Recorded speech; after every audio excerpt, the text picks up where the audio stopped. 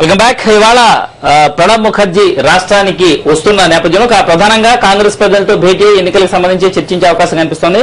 ఇక టీఆర్ఎస్ ఎట్లాంటి స్టాండ్ తీసుకోబోతుంది ఈ ఎన్నికలకు సంబంధించి కావచ్చు, ప్రణబ్ రాక సందర్భంగా అనేది ఒకసారి మనం రాజీ గారిని అడిగి తెలుసుకునే ప్రయత్నం చేద్దాం. రాజీ గారు, ఇవాళ తెలంగాణ అంశానికి సంబంధించి చాలా కీలకమైన పాత్ర ప్రణబ్ ద్వారా జరిగింది. గతంలో కమిటీలు అన్ని పార్టీలు అతనికి లెటర్స్ ఇవ్వడం ఇవన్నీ మనం చూసిన పరిస్థితి చూసాం. ఈ నేపథ్యంలో వాళ్ళ రాష్ట్రానికి ప్రణబ్ ముఖర్జీ వస్తున్న నేపథ్యంలో మీ ఆకాంక్షల్లో మీ ప్రొటెక్షన్ తెలిపే ప్రయత్నం ఏమైనా చేస్తారా?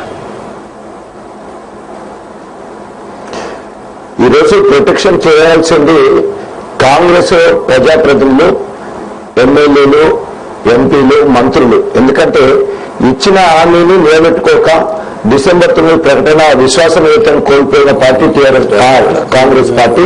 దాని నుండి ఈ రోజు గతంలో మొన్న అవిశ్వాస తీర్మానం పెట్టినప్పుడు టీఆర్పీ ఏ విధంగానైతే మంత్రులు పొందిందో, ఎంఐఎం ఏ విధంగానైతే మేయర్ పొందిందో, అదేవిధంగా కాంగ్రెస్ పార్టీకి సంబంధించిన ఎమ్మెల్యేలు నిజంగా వాళ్ళకి తెలంగాణ మీద చిత్తశుద్ధి ఉంటే వాళ్ళు నిరసన తెలియజేయాల్సిన అవసరం ఉన్నది. ఎందుకంటే ప్రణబ్ ముఖర్జీ గారు గతంలో తెలంగాణకు వ్యతిరేకంగా అనేక సందర్భాలలో మాట్లాడడం కూడా జరిగింది. ఏదైనా కూడా మరి ప్రణబ్ విషయంలో ఏ రకమైన ఉంటుందనేది మా అధిష్టానం టీఆర్ఎస్ పార్టీ అధినాయకుడు కేసీఆర్ గారి నాయకత్వంలో అందరూ పార్టీ మీద కూర్చొని ఒక నిర్ణయం తీసుకుంటాం. కానీ మేము ఇప్పుడైతే ప్రస్తుతము ఆ విషయాన్ని అధికార పార్టీలో ఉన్న ప్రజాప్రతినిధులతో వదిలేస్తున్నాం. వాళ్ళు ఏ విధంగా వాళ్ళ ప్రొటెక్షన్ తెలియజేస్తారు, లేకపోతే ఏ విధంగా తెలంగాణ రాష్ట్రాన్ని సాధిస్తారు. తెలంగాణ రాష్ట్రం ఏర్పడిన తర్వాత అంటే రాష్ట్రపతి ఎన్నికలకు ముందుగా తెలంగాణ విషయంలో స్పష్టమైన ప్రకటన చేస్తే వాళ్ళు అనుకున్న కాంగ్రెస్ సంబంధించిన వాళ్ళు ఓటు ఇస్తారు. ముందుగా ఈరోజు అందరినీ కలవనికి రావట్లేదు, ఓన్లీ కాంగ్రెస్ కలవనికి వస్తుంది, సిఎల్పీలో కలుస్తున్నట్టు పేపర్లో చూసాము. ఓకే, వాళ్ళది వాళ్ళు కలుసుకోవడంలో మనం ఏం వాళ్ళకి ప్రొటెక్షన్ చేయాల్సిన అవసరం లేదు. తప్పకుండా మా స్టాండ్ ఏందనేది తప్పకుండా త్వరలోనే నిర్ణయిస్తాం. సో దీక్షిత్ గారు, ఇక్కడ ప్రధానంగా ఒక వారం రోజులుగా, గత 4-5 రోజులుగా ప్రధానంగా మళ్లీ తెలంగాణ అంశం చాలా ప్రముఖంగా తెరపైకి వచ్చింది. రాష్ట్రపతి ఎన్నికల నేపథ్యంలో ఒక చర్చ అయితే నడుస్తుంది. విభజనకు మొగ్గు చూపుతున్నారని ఒకసారి రాయల్ తెలంగాణ రకరకాల ఆప్షన్స్ కూడా కనిపిస్తున్న నేపథ్యంలో ఈ రాష్ట్రపతి ఎన్నికకు సంబంధించిన రాజకీయం మాత్రమే అనుకోవాలా? చాలా మంది టీడీపీ నేతలు కూడా కామెంట్ చేశారు, ఈ బీజేపీ నేతలు ప్రధానంగా చేశారు. ఈ రాష్ట్రపతి ఎన్నిక అయిపోతే మళ్ళీ దాన్ని పక్కన పెట్టేస్తారు, డస్ట్బిన్లు వేసేస్తారని ఒక కామెంట్ కూడా వాళ్ళు చేసిన నేపథ్యం ఎట్లా చూడాల్సిన అవసరం కనిపిస్తుంది? ఏదైనా కూడా తమకు అనుకూలంగా మార్చుకునే ప్రయత్నం జరుగుతుంది. పాసిబిలిటీ మాత్రం ఉందండి. కాంగ్రెస్ వాళ్ళు చాలా తెలివిగల వాళ్ళు, చాలా జాగ్రత్తగా ప్లాన్ చేసుకుంటారండి. అయితే టీఆర్ఎస్ కి సంబంధించి ఇప్పుడు దాంట్లో ప్రాబ్లం ఏంటంటే ప్రణబ్ ముఖర్జీ గారు తెలంగాణకి వ్యతిరేకంగా వ్యాఖ్యలు చేయడమే కాదు, అన్ని ఆయన ఏమి ఇచ్చినప్పటికీ ఆయన అలా నాంచి పెడుతుంటారు అనేటువంటిది. ఏదైనా ఒక పరిష్కారం ఏదైనా సమస్యకి ఇవ్వాలి అంటే అది ప్రణబ్ ముఖర్జీ గారికి ఇస్తే చాలు, అది అక్కడే ఉంటుంది అని చెప్పేసినటువంటి మాట జోవియల్గా అంటుంటారు. తెలంగాణకు సంబంధించి ఆయన వ్యతిరేకంగా ఉన్నాడనేటువంటి భావం తెలంగాణ ప్రజల్లో, నాకు అర్థమైన వరకు తెలంగాణ ప్రజల్లో, టీఆర్ఎస్ లో అందరిలో ఉంది. అయితే ఆయన కాంగ్రెస్ ప్రతిపాదిస్తున్న అభ్యర్థి, తెలంగాణ ఇచ్చేది తెచ్చేది మేమే ఉంటున్నటువంటి కాంగ్రెస్ తోటి ఇంతవరకు టీఆర్ఎస్ అనుకూలంగానే ఉంది. రైట్, అంచేత వాళ్ళు ప్రతిపాదించిన అభ్యర్థిని ఇప్పుడు తెలంగాణకు సంబంధించి ఏదో కదలిక రాబోతున్న సమయంలో ఎలా వ్యతిరేకిస్తారు? అదొక దాంట్లో చిక్కు సమస్య ఒకటి ఉంది. కనుక టీఆర్ఎస్ అది దృష్టిలో పెట్టుకుని ప్రణబ్ ముఖర్జీ వ్యక్తిగతంగా వ్యతిరేకించినప్పటికీ యూపీఏలో ప్రధాన భాగస్వామి ప్రధాన పక్షమైనటువంటి కాంగ్రెస్ తమకు అనుకూలంగా రేపొద్దున తెలంగాణ ఇస్తుంది అనేటువంటి ఆశ కలిగినటువంటి టీఆర్ఎస్ పార్టీ ఆయనకు వ్యతిరేకంగా ఓటేది. ప్రణబ్కు వ్యతిరేకంగా ఓటేయడం కాదు, కాంగ్రెస్ కు వ్యతిరేకంగా టీఆర్ఎస్ ఆ రకమైన నిర్ణయం తీసుకుంటుంది అన్నది వాళ్ళ ముందున్నటువంటి ఒక చిక్కు ప్రశ్న అండి. అంచేత కాంగ్రెస్ డెఫినెట్ గా ఈ సమయంలో ఇది పెట్టినప్పుడు మన వైపే ఉంటారు వాళ్ళు, తెలంగాణ వాళ్ళకి కావాలి కాబట్టి మనం ఇస్తామని ఆశ వాళ్ళలో కలిగించాం కాబట్టి మనం ఇది ఈ రకంగా చేయొచ్చని కాంగ్రెస్ భావించవచ్చు. కానీ టీఆర్ఎస్ చాలా క్రూషియల్ డెసిషన్ దీంట్లో తీసుకోవాల్సి ఉంటుంది. ఎందుకంటే ఇది పైగా మీకు మమతా బెనర్జీ వీళ్ళందరూ సపోర్ట్ చేస్తున్నటువంటి మరొక అభ్యర్థి కూడా రంగంలో ఉన్నారు. కాబట్టి ఇది అంత తేలికైనటువంటిది కాదు. టీఆర్ఎస్ ఏమైనప్పటికీ కూడా ఒకవేళ వేయకపోయినప్పటికీ కొంచెం డిఫెన్స్ లో పడి చెప్పుకోవాల్సినటువంటి మాత్రం డెఫినెట్ గా ఉంటుంది. అధికార పక్షం వెళ్లే ముందు ప్రధాన ప్రతిపక్షంగా మీరు ఎట్లాంటి స్టాండ్ తీసుకునే అవకాశం కనిపిస్తుంది? ఇక్కడ ఒకటి రెండు విధాలుగా ఇబ్బంది పడుతున్నట్టు కనిపిస్తుంది.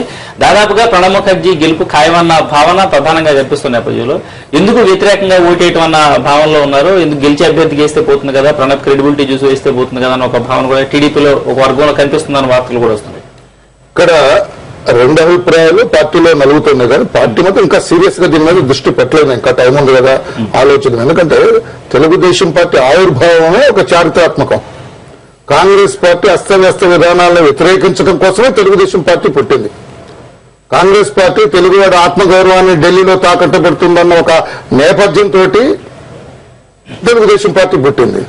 ఇప్పుడు అదే కాంగ్రెస్ పార్టీ అభ్యర్థి తెలుగుదేశం పార్టీ సమర్థిస్తే రెండు రకాలుగా ఇది ప్రెసిడెన్షియల్ క్యాండిడేట్ కాబట్టి రేపటి నుంచి రాజకీయాలతో ఈ వ్యక్తికి ప్రమేయం ఉండదు కాబట్టి చేద్దామనే ఆలోచన ఒకటి ఉంది.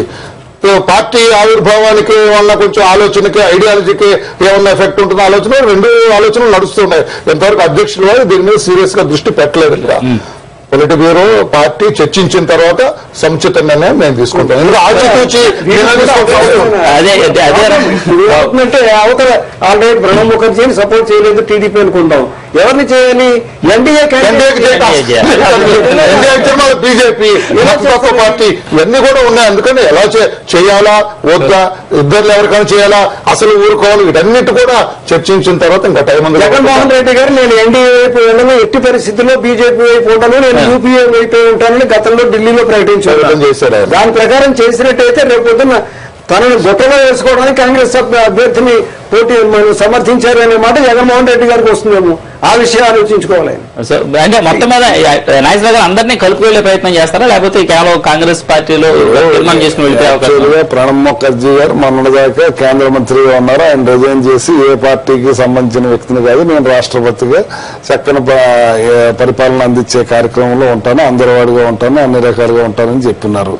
తర్వాత మరి ఈ తెలుగుదేశం అయినా వైఎస్ఆర్ పార్టీ అయినా ఎవరైనా సరే ఆ టీఆర్ఎస్ అయినా సరే సపోర్ట్ చేయడంలో తప్పేం లేదని నేను అనుకుంటున్నాను. నేను ఎంచేతంటే ఇది మతతత్వ పార్టీకి సంబంధించిన వ్యక్తి కాదు, అందరూ వాడు అంటున్నారు. ఆ రకంగా తీసుకుని చేసుకుంటూ వాళ్ళ వ్యక్తిగత విషయం ఉండేది. తర్వాత ఇంకో విషయం అన్నారు, ఇది మన కాంగ్రెస్ సరైన నిర్ణయాలు తీసుకోకుండా సరైన ఇదేమి. ఇంకోటంటే కాంగ్రెస్ పార్టీ వచ్చేటప్పటికీ ఎవరైనా ఇది వాక్ స్వతంత్రం ఎక్కువ మాకు, ఎవరైనా అధ్యక్షులు అవ్వచ్చు. అంతర్గత ప్రజాస్వామ్యం కేంద్రంలో కూడా సోనియా గాంధీ అధ్యక్షురాలు కాకుండా గతంలో వేరే వాళ్ళు కూడా అధ్యక్షులుగా ఉన్నారు, అధ్యక్షులుగా చేశారు. కానీ వాళ్ళ పార్టీని ఒకసారి చూసుకోండి, ఆయన చంద్రబాబు నాయుడు గారు తప్పితే వాళ్ళ అబ్బాయి అవుతాడు, వాళ్ళ అబ్బాయి తప్పితే వాళ్ళ భార్య అవుతుంది. అది ఒక కుటుంబ పార్టీ. మాది అందరి పార్టీ. ఇవాళ బొత్స సత్యనారాయణ గారు పిసిసి అధ్యక్షుడు ఉన్నారు, మొన్నేమో కేసీఆర్ ఉన్నారు, అంతకుముందు డి శ్రీనివాస్ ఉన్నారు, అంతకుముందు ఎస్సీ నాయకులు ఉన్నారు. ఎవరైనా ఈ పార్టీ ఉండొచ్చు, ఇది అందరిది. ఇది అంచేత విధాన నిర్ణయాలు తీసుకొని సరైన నిర్ణయాలు ఆలోచనతో ఢిల్లీ వెళ్ళి ఇవాళ ఢిల్లీలో మాది ఈ భారతదేశంలో ఉన్న పార్టీ మాది జాతీయ పార్టీ. ఒక నిమిషం జాతీయ పార్టీ మూల మేమందరం ఢిల్లీ కూడా వెళ్ళాల్సి వస్తుంది. ఇప్పుడు మీరు వెస్ట్ గోదావరి నుంచి ఈస్ట్ గోదావరి నుంచి హైదరాబాద్ వెళ్తున్నారని అనుకుంటే మీ పార్టీ కోసం మీది ప్రాంతీయ పార్టీ కాబట్టి మీ హెడ్ క్వార్టర్ ఎక్కడ ఉంటారు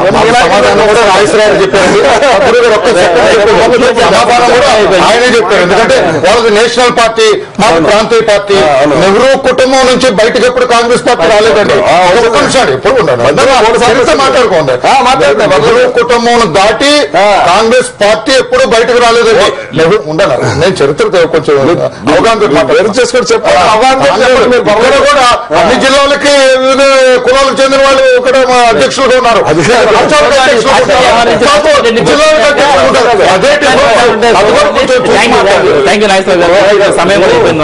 ఇప్పుడు అంటే సమయం లేదు కాబట్టి, కానీ నిజానికి చెప్పుకోవాలి ఈ రకంగా కాంగ్రెస్ ఇవన్నీ అంటే మరి 1969లో ఏం జరిగిందో మనం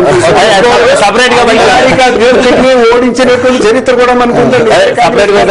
థ్యాంక్ యూ రాజయ్య గారు. వాళ్ళు న్యూస్ వచ్చే పాల్గొని థ్యాంక్ యూ వెరీ మచ్ అండి. వాళ్ళు న్యూస్ వచ్చే పాల్గొనండి. ఇది వాళ్ళ న్యూస్ రేపటి న్యూస్ వచ్చే మళ్ళీ కలుద్దాం. చూస్తూనే ఉండండి టీవీ.